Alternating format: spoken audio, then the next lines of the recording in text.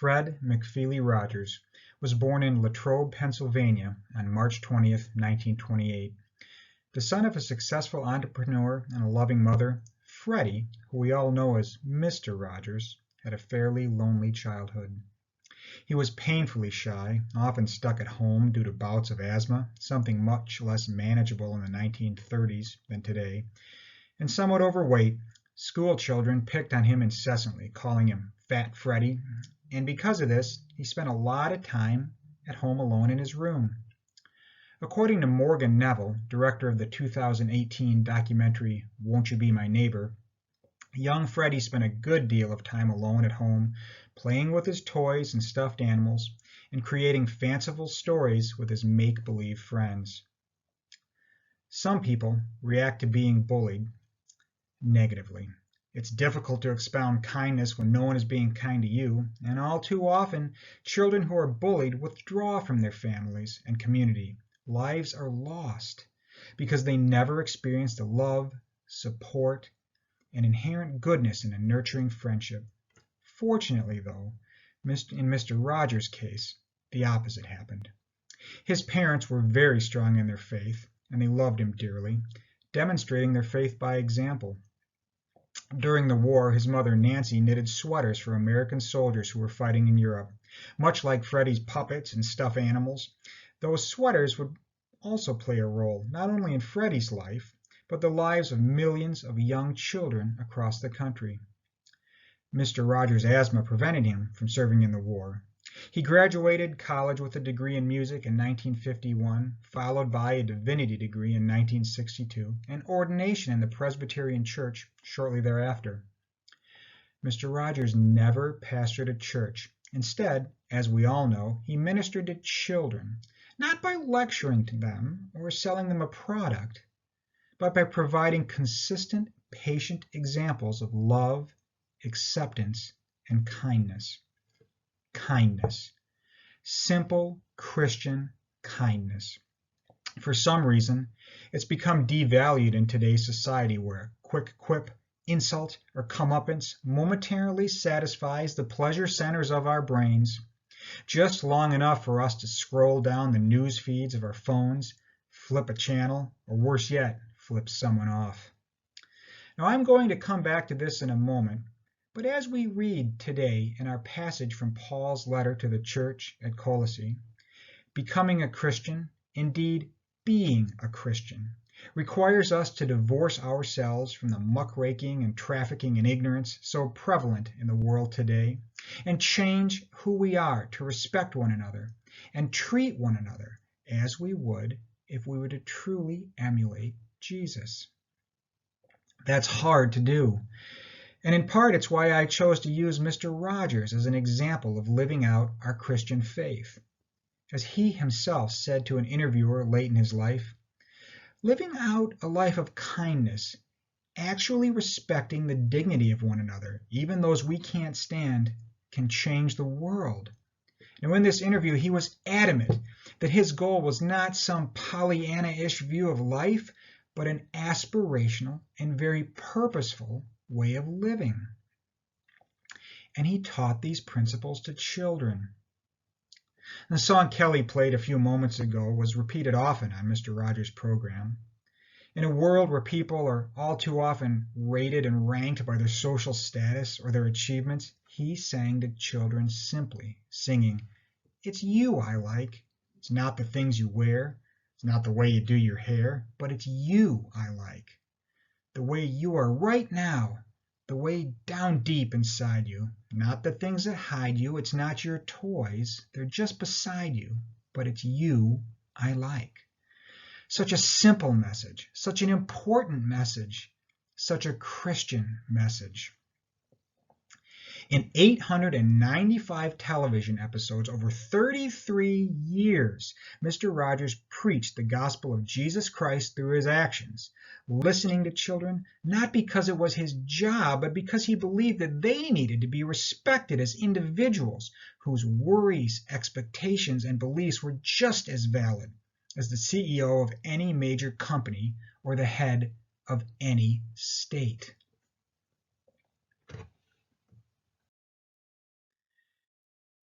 In his book, In Defense of Kindness, Why It Matters and How It Changes Our Lives, How It Can Change the World, something I'm definitely adding to our book club's reading list, Reverend Bruce Chow opens with a quote from none other than Mr. Rogers. He quotes, "There are 3 ways to ultimate success.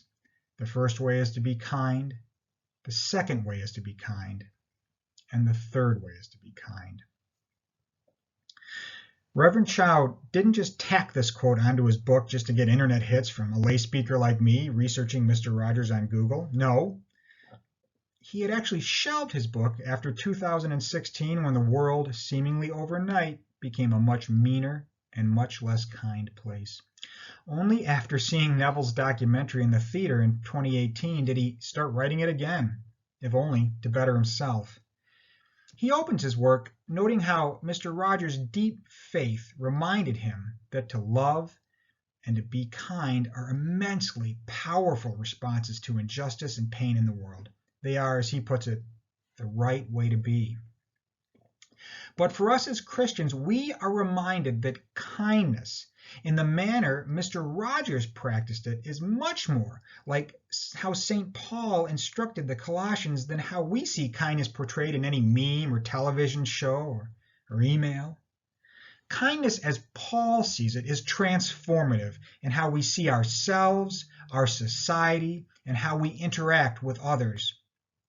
As with all good works of practical theology, Chow's work is a multi-page summary of the Golden Rule, treating others with respect and dignity as you would deserve yourself to be treated.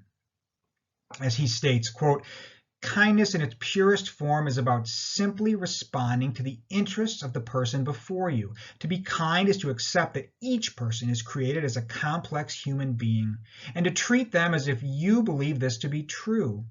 Such a definition of kindness challenges us to see and treat the other as complex, created, and worthy of dignity."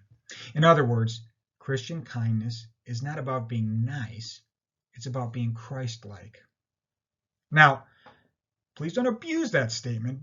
Being nice is something we need more, a lot more, but we should not equate niceness or kindness to passivity, to a desire to simply not rock the boat. Instead, Christian kindness teaches us that Jesus will calm the waters no matter how significantly we rock the boat, so long as the waves we make move that boat closer to his kingdom and away from the tempest for tempest's sake.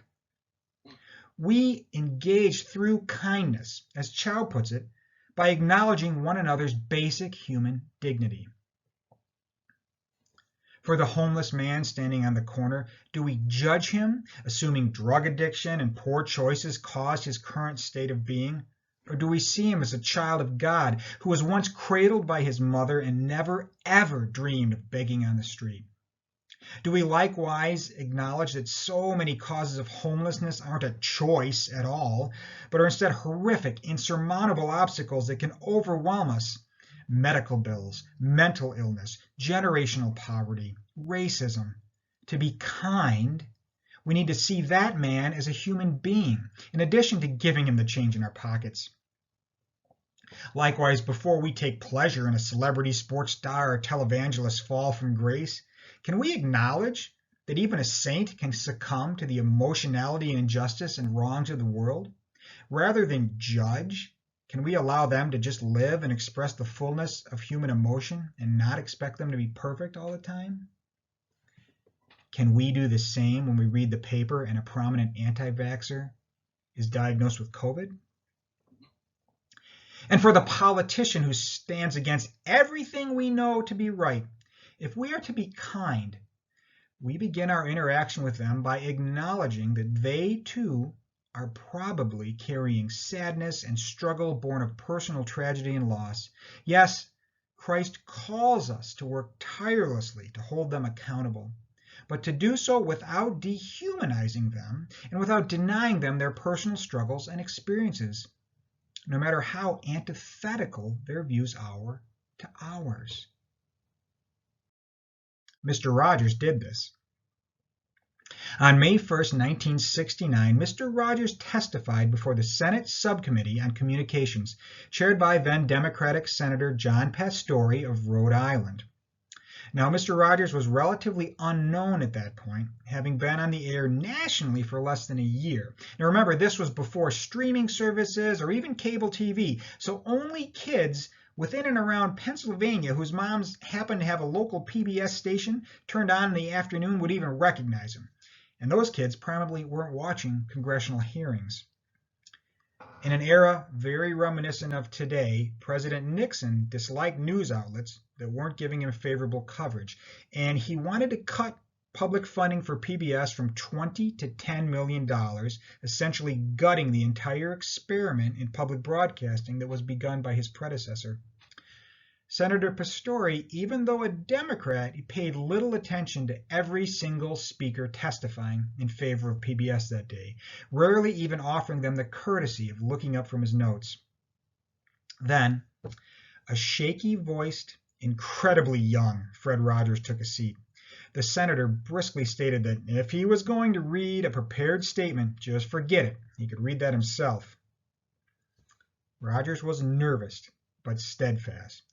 And I really encourage you to watch his testimony on YouTube this afternoon because it is just incredible. And there's a definite chance you'll tear up at the end of it. So in this testimony, in the face of powerful opposition, instead of firing back aggressively as we might, Mr. Rogers acknowledged Senator Pastore's statement, and he offered him noticeable respect. He then spoke from the heart about how society needed shows like his so that children could learn about kindness, not violence or retribution, but to acknowledge their own emotions, and how all children, indeed all people, deserve what Rogers called an expression of care about them as individuals. Speaking extemporaneously in the United States Congress, Mr. Rogers then recited another of his most memorable songs into the congressional record. What do you do with the mad that you feel, when you feel so mad you could bite? When the whole wide world seems oh so wrong and nothing you do seems right? What do you do? Do you punch a bag? Do you pound some clay or some dough? Do you round up friends for a game of tag or see how fast you go? It's great to be able to stop when you planned a thing that's wrong and being able to do something else instead. And think about this song. I can stop when I want to. I can stop when I wish. I can stop, stop, stop anytime. And what a good feeling to feel like this and know that the feeling is really mine.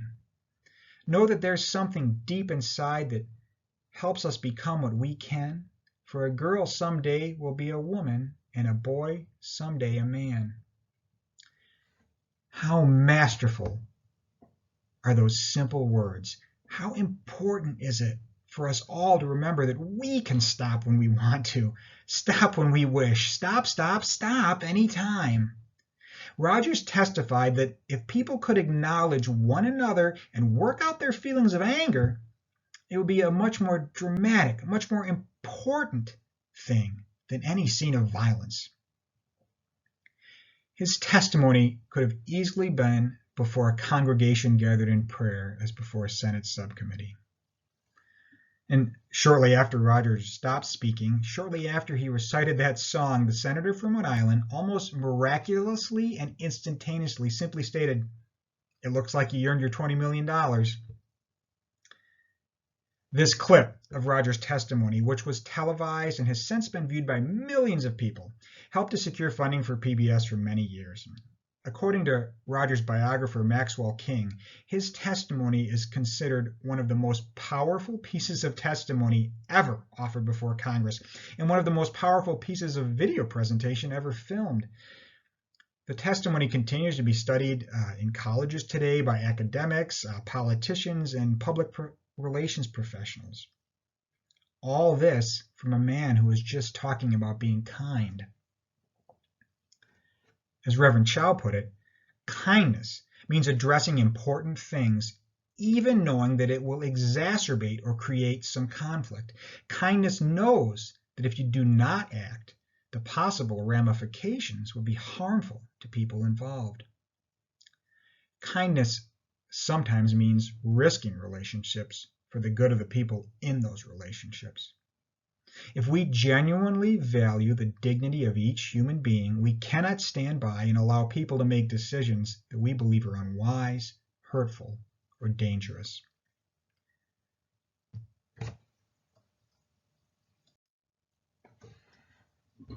Standing by without doing anything does not value their humanity. It just allows us to avoid conflict, discomfort, and the hard work of being in a relationship. After Mr. Rogers passed away, a pundit on Fox News famously lambasted him for creating what he called the Snowflake Culture, where people feel that they deserve something for just existing and not working. I'm sure you can even picture the snark and the smirk on his face as he used the word special in that tone. Well, I think that guy needed to watch a little more PBS because he missed the point entirely. What Mr. Rogers preached is what Jesus calls us to practice, to recognize the intrinsic humanity in each and every individual, gay or straight, rich or poor, black, white, Hispanic, Asian, Native American, Jew, Christian, Muslim, Hindu, old, young, Democrat, Republican, adult, or child. We are kind to those around us because they were just like us, blessed children of God. What can you do today, this week, this year, this lifetime to live out these concepts of kindness? As you contemplate that question, just remember that we have been instructed in today's scripture that Christ is all and is in all. As God's chosen people, holy and dearly loved, we are told to clothe ourselves with compassion, kindness, humility, gentleness, and patience. We bear each other and forgive one another as the Lord has forgiven us. We are called to be kind. Amen.